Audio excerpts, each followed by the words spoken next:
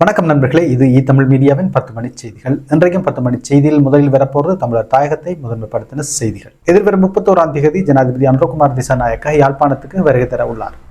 யாழ் மாவட்ட செயலகத்தில் இடம்பெறவுள்ள யாழ்ப்பாண அபிவிருத்தி குழு கூட்டத்தில் கலந்து கொள்ளவே அவர் வருகை தர உள்ளதாக அறிவிக்கப்பட்டிருக்கு. அனுரகுமார் திசாநாயக்க ஜனாதிபதியாக பொறுப்பேற்ற பின் முதல் தடவையாக யாழ்ப்பாணத்துக்கு வருகின்றமை குறிப்பிடத்தக்கது. எனவே வரும் 31ஆம் தேதி யாழ் மாவட்ட செயலகத்தில் மாவட்ட அபிவிருத்தி குழு கூட்டம் நடக்க போகுது. இதில் மாவட்டத்தைச் சேர்ந்த நாடாளுமன்ற உறுப்பினர்களும் கலந்து கொண்டால் இன்னும் கலகலப்பாகவும் அதே நேரத்தில் சுவாரஸ்யமானதாகவும் இருக்கும். ஏனென்றால் அந்த சர்ச்சைக்குரிய நாடாளுமன்ற உறுப்பினர் கட்டாயமாக வருவார். அவர் ஏதாவது சொல்லுவார், அது ஊடகங்களுக்கு பெரும் தீனியாக மாறும். அடுத்த 10 மணி செய்தியில் சொல்ல போறதும் ஜனாதிபதி அனுரகுமார திசாநாயக்க பற்றிய ஒரு செய்தி தான். நேற்றைய தினம் கொழும்பில் உலக வங்கியின் பிரதிநிதிகளுக்கும் ஜனாதிபதிக்கும் இடையிலான சந்திப்பு ஒன்று இடம்பெற்றது. இந்த சந்திப்பின் போது வடமாகாணத்தின் அபிவிருத்தி குறித்து தாம் அதிக கவனம் செலுத்தி வருவதாக குறிப்பிட்டிருக்கிறார். வடமாகாணத்தில் 3 முதலீட்டு வலயங்களை ஏற்படுத்தி அதனூடாக வடமாகாணத்தின் அபிவிருத்தி பணிகளை முன்னெடுக்கலாம் என திட்டமிட்டிருக்கிறதாகவும் அவர் அங்கே குறிப்பிட்டிருக்கிறார். வடக்கில் சுற்றுலா அபிவிருத்தியை ஏற்படுத்தவும் நீர் வசதியை வழங்கவும் வடக்கு மக்களின் சமூக கலாச்சார அடையாளங்களையும் பாதுகாக்க தாம் நடவடிக்கை எடுத்துள்ளதாக ஜனாதிபதி அங்கே மேலும் குறிப்பிட்டிருக்கிறார். வடக்கு மக்களின் அடையாளம் என்றவுடன் ஞாபகத்துக்கு வருவது இப்போதெல்லாம் யாழ் கலாச்சார மையம்தான். அந்த அடையாளத்தையே கேள்விக்குறியாக்கி விட்டிருக்கு இந்தியா. எனவே இது குறித்தும் ஜனாதிபதி கவனம் செலுத்துவாரோ தெரியவில்லை. ஏனென்றால் யாழ்ப்பாண மக்கள் தங்களுடைய அடையாளமாக அந்த கலாச்சார மண்டபத்தை இப்போது சொல்லிக் கொண்டிருக்கின்றனர். தேசிய மக்கள் சக்தி அரசாங்கம் புதிதாக மதுபான சாலை அனுமதி பத்திரங்களை வழங்கவில்லை, எதிர்காலத்தில் வழங்கப் போவதும் இல்லை. கடந்த காலத்தில் சட்ட ரீதியாக வழங்கப்பட்ட மதுபான சாலை அனுமதி பத்திரங்களை பலவந்தமாக நிறுத்தினால் அது சட்ட சிக்கலை ஏற்படுத்தும் என்று நேற்றைய தினம் பாராளுமன்றத்தில் குறிப்பிட்டிருக்கிறார் சபை தலைவரும் அமைச்சருமான பிமல் ரத்நாயக்க அவர்கள். நேற்று மட்டக்களப்பு மாவட்ட நாடாளுமன்ற உறுப்பினர் கோடீஸ்வரன் அவர்கள் கல்முனையின் நீலாவணை பகுதியில் புதிதாக அமைக்கப்பட்டு வரும் மதுபான சாலை குறித்த பிரச்சனையை கிளப்பினார். இந்த மதுபான சாலைக்கு எதிராக பிரதேச மக்கள் எதிர்ப்பு ஆர்ப்பாட்டங்களையும் நடத்தி வருகின்றனர். எனவே இந்த மதுபான சாலைக்கான அனுமதியை நிறுத்துமாறு அவர் அங்கே குறிப்பிட்டிருந்தார். இதேவேளை தேசிய மக்கள் சக்தி அரசாங்கம் ஆட்சிக்கு வர முன்பு ரணில் விக்ரமசிங்கே அவர்களால் வழங்கப்பட்ட மதுபான சாலைகளுக்கான அனுமதி பத்திரங்கள் குறித்து காரசாரமான விமர்சனங்களை முன்வைத்திருந்தன. மக்கள் தமக்கு அதிகாரத்தை தந்தால் இந்த மதுபான சாலைகளுக்கான அனுமதி பத்திரங்களை ரத்து செய்வோம் என்று கூட பிரச்சாரங்களில் குறிப்பிட்டிருந்தனர். தேசிய மக்கள் சக்தி அரசாங்கம் ஆட்சிக்கு வந்து 2 மாதங்கள் கடந்துள்ள நிலையில் மதுபான சாலைகளுக்கான அனுமதி பத்திரங்கள் குறித்து எதுவிதமான நடவடிக்கைகளும் எடுக்கவில்லை என்ற விமர்சனத்தையும் மட்டக்களப்பு மாவட்ட நாடாளுமன்ற உறுப்பினர் கோடீஸ்வரன் அவர்கள் நேற்று பாராளுமன்றத்தில் சொல்லியிருந்தார். இதற்கு பதில் வழங்கும் போது பிமல் ரத்நாயக்க அவர்கள் தம்மால் கடந்த காலத்தில் வழங்கப்பட்ட மதுபான சாலைகளுக்கான அனுமதி விடயத்தில் எதுவும் செய்ய முடியாது என்ற விடயத்தை சொல்லி இருக்கிறார். இதேவேளை இன்றைய தினமும் அம்பாறை மாவட்டத்தின் கல்முனை வடக்கு பிரதேச செயலகத்துக்கு முன்பாக நீலாவணை பகுதியில் அமைக்கப்பட்டு வருகிற மதுபான சாலையை மூடச் சொல்லி மக்கள் போராட்டம் ஒன்றை நடத்தி இருக்கின்றனர். மதுபான சாலைகளுக்கான அனுமதியை கூட ரத்து செய்ய முடியல. உண்மையிலே சட்ட ரீதியாக வழங்கப்பட்ட அனுமதிகளை ரத்து செய்ய முடியாது. அப்படியாயின் நீதிமன்றத்துக்கெல்லாம் போக வேண்டியிருக்கும். அதுக்கு இந்த அரசாங்கம் தயாரில்லை. எனவே இந்த வாக்குறுதியும் பொய்த்து போனது. தமிழ் தேசிய கூட்டணியின் நாடாளுமன்ற உறுப்பினர் செல்வம் அடைக்கலநாதன் அவர்களுடைய கடவுச்சீட்டை நீதிமன்றத்தில் ஒப்படைக்குமாறும் எதிர்காலத்தில் வெளிநாடுகளுக்கு செல்ல வேண்டி ஏற்பட்டால் நீதிமன்ற அனுமதியுடனேயே செல்லுமாறும் அனுராதபுரம் மேல் நீதிமன்றம் உத்தரவிட்டிருக்கு.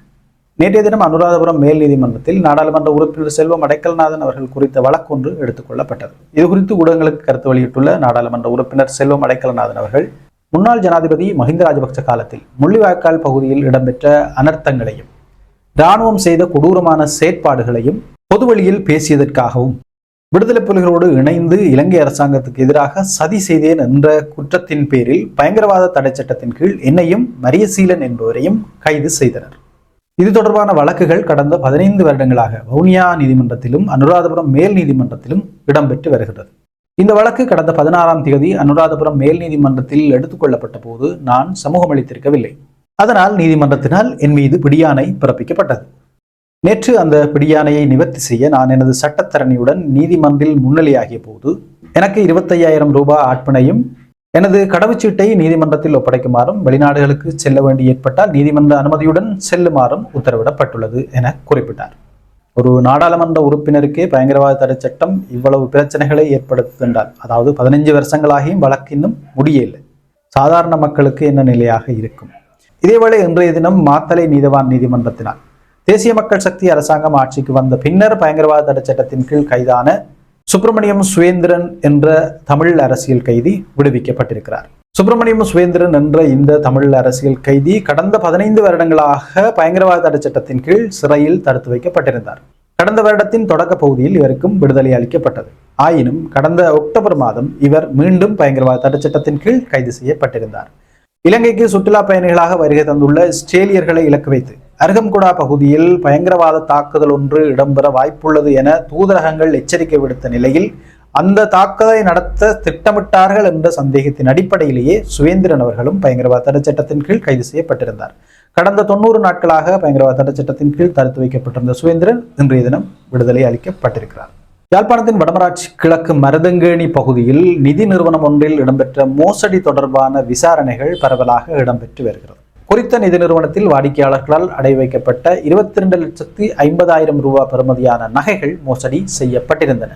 இந்த நகை மோசடிகள் குறித்து ஏற்கனவே அந்த நிதி நிறுவனத்தில் பணியாற்றிய ஊழியர் ஒருவர் கைது செய்யப்பட்டு விளக்கமறியலில் வைக்கப்பட்டிருக்கிறார். அவரிடம் மேற்கொள்ளப்பட்ட விசாரணைகளை அடுத்து இந்த மோசடியோடு சம்பந்தப்பட்டார்கள் என்ற சந்தேகத்தின் பேரில் மேலும் 2 பெண்கள் கைது செய்யப்பட்டிருக்கின்றனர். 2024ஆம் ஆண்டில் வடக்கில் மட்டும் 34 படுகொலைகள் இடம்பெற்றுள்ளது என்று தகவல் ஒன்று வெளியாகி இருக்கிறது. வடமாகாண பிரதி போலீஸ் மா அதிபர் அலுவலகத்துக்கு அளிக்கப்பட்ட தகவல் அறியும் உரிமைச் சட்ட விண்ணப்பத்துக்கு வழங்கப்பட்ட பதிலிலேயே மேற்கூறிய தகவல் வழங்கப்பட்டுள்ளது. அந்த தகவலில் வடக்கு மாகாணத்தில் கடந்த வருடத்தில் மாத்திரம் 34 படுகொலைகள் இடம்பெற்றுள்ளன. 255 கொள்ளை சம்பவங்களும் 501 திருட்டுச் சம்பவங்களும் 70 பேர் தண்ணீரில் மூழ்கி இருந்த சம்பவங்களும் இடம்பெற்றுள்ளதாக அந்த தகவலில் சொல்லப்பட்டுள்ளது. எல்லா தகவலும் சரி, கடந்த வருடத்தில் வடமாகாணத்தில் 70 பேர் தண்ணீரில் மூழ்கி இறந்தனர் என்ற தகவலத்தை நம்ப இல்லாம இருக்கு. சிலவேளை அவர் அந்த மற்ற தண்ணியை சொன்னாரோ தெரியல. இந்த தகவலானது 2024ஆம் ஆண்டில் ஜனவரி மாதம் தொடக்கம் டிசம்பர் 13ஆம் தேதி வரைக்கும் மாத்திரமானது என்றும் அதில் குறிப்பிடப்பட்டிருக்கு. இந்த தகவலானது கடந்த வருடத்தின் ஜனவரி மாதம் தொடக்கம் டிசம்பர் மாதம் 13ஆம் தேதி வரையிலான காலப்பகுதிக்குரியது எனவும் அந்த தகவலில் மேலும் சொல்லப்பட்டிருக்கு.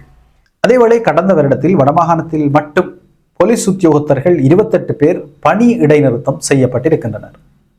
ஊழல் மோசடிகள் மற்றும் வேறு பல குற்றச் செயல்கள் தொடர்பிலுமே அவர்கள் பணி நீக்கம் செய்யப்பட்டுள்ளதாக வடமாகாண பிரதி போலீஸ் மா அதிபர் பிரதீப் தனபால தெரிவித்திருக்கிறார். இந்த 2 செய்திகளையும் தொடர்படுத்தி பாருங்க. தமிழ்ல இதுக்கு ஒரு பழமொழி மாதிரி ஒன்று சொல்ல வேணும்.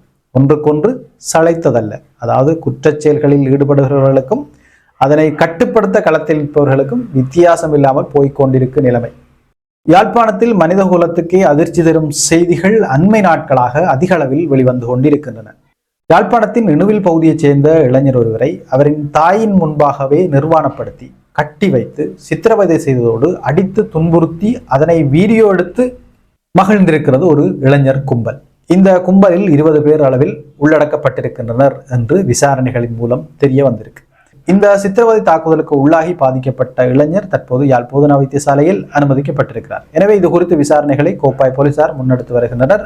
இந்த விசாரணையின் போது ஒருவர் கைது செய்யப்பட்டிருக்கிறார். அவரிடம் மேற்கொள்ளப்பட்ட விசாரணைகளின் போது மேலும் 20 பேர் இதனோடு தொடர்பட்டவர்கள் என்று சொல்லப்பட்டிருக்கு. அந்த நபர்களை தாம் அடையாளம் கண்டுவிட்டோம் எனவும் அவர்களை கைது செய்வதற்கான நடவடிக்கைகளை தாம் முன்னெடுத்திருக்கிறோம் என்றும் கோப்பாய் போலீசார் தெரிவித்திருக்கின்றனர். அந்த நபர்கள் தற்போது தலைமறைவாகி உள்ளனர்.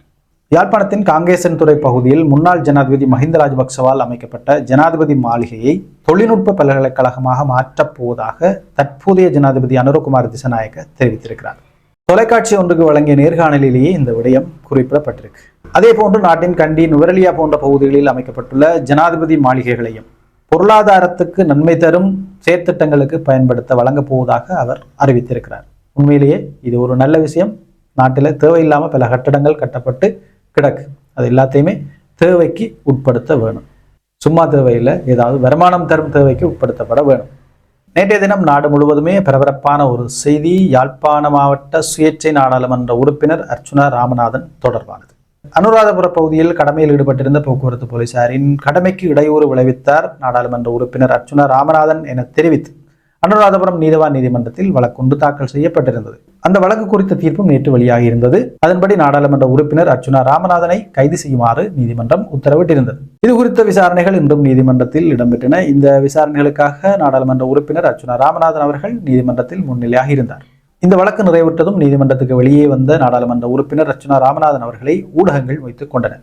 அங்கே குழுமியிருந்த ஊடகவியலாளர்களுக்கு பதில் வழங்கிய நாடாளுமன்ற உறுப்பினர் அர்ச்சுனா ராமநாதன் அவர்கள் இந்த வழக்கிற்கும் தனக்கும் எதுவித தொடர்பும் இல்லை என குண்டை தூக்கி போட்டிருக்கிறார். அதாவது போலீசார் தன்னுடைய பெயரை அர்ச்சுனா ராமநாதன் என எங்கேயுமே குறிப்பிடவில்லை. அர்ச்சுனா லோக்சனா எனவே எழுதியிருக்கின்றனர். எனவே இந்த வழக்குக்கும் எனக்கும் எதுவித தொடர்பும் இல்லை என சொல்லி இருக்கிறார். இப்போதெல்லாம் அர்ச்சுனா ராமநாதன் அவர்கள் மீது எடுக்கப்படுற நடவடிக்கைகள் எல்லாமே எந்த போல போட்டாலும் அடிக்கிறான்டா என்ற கணக்கில் தான் போய்கொண்டிருக்கு.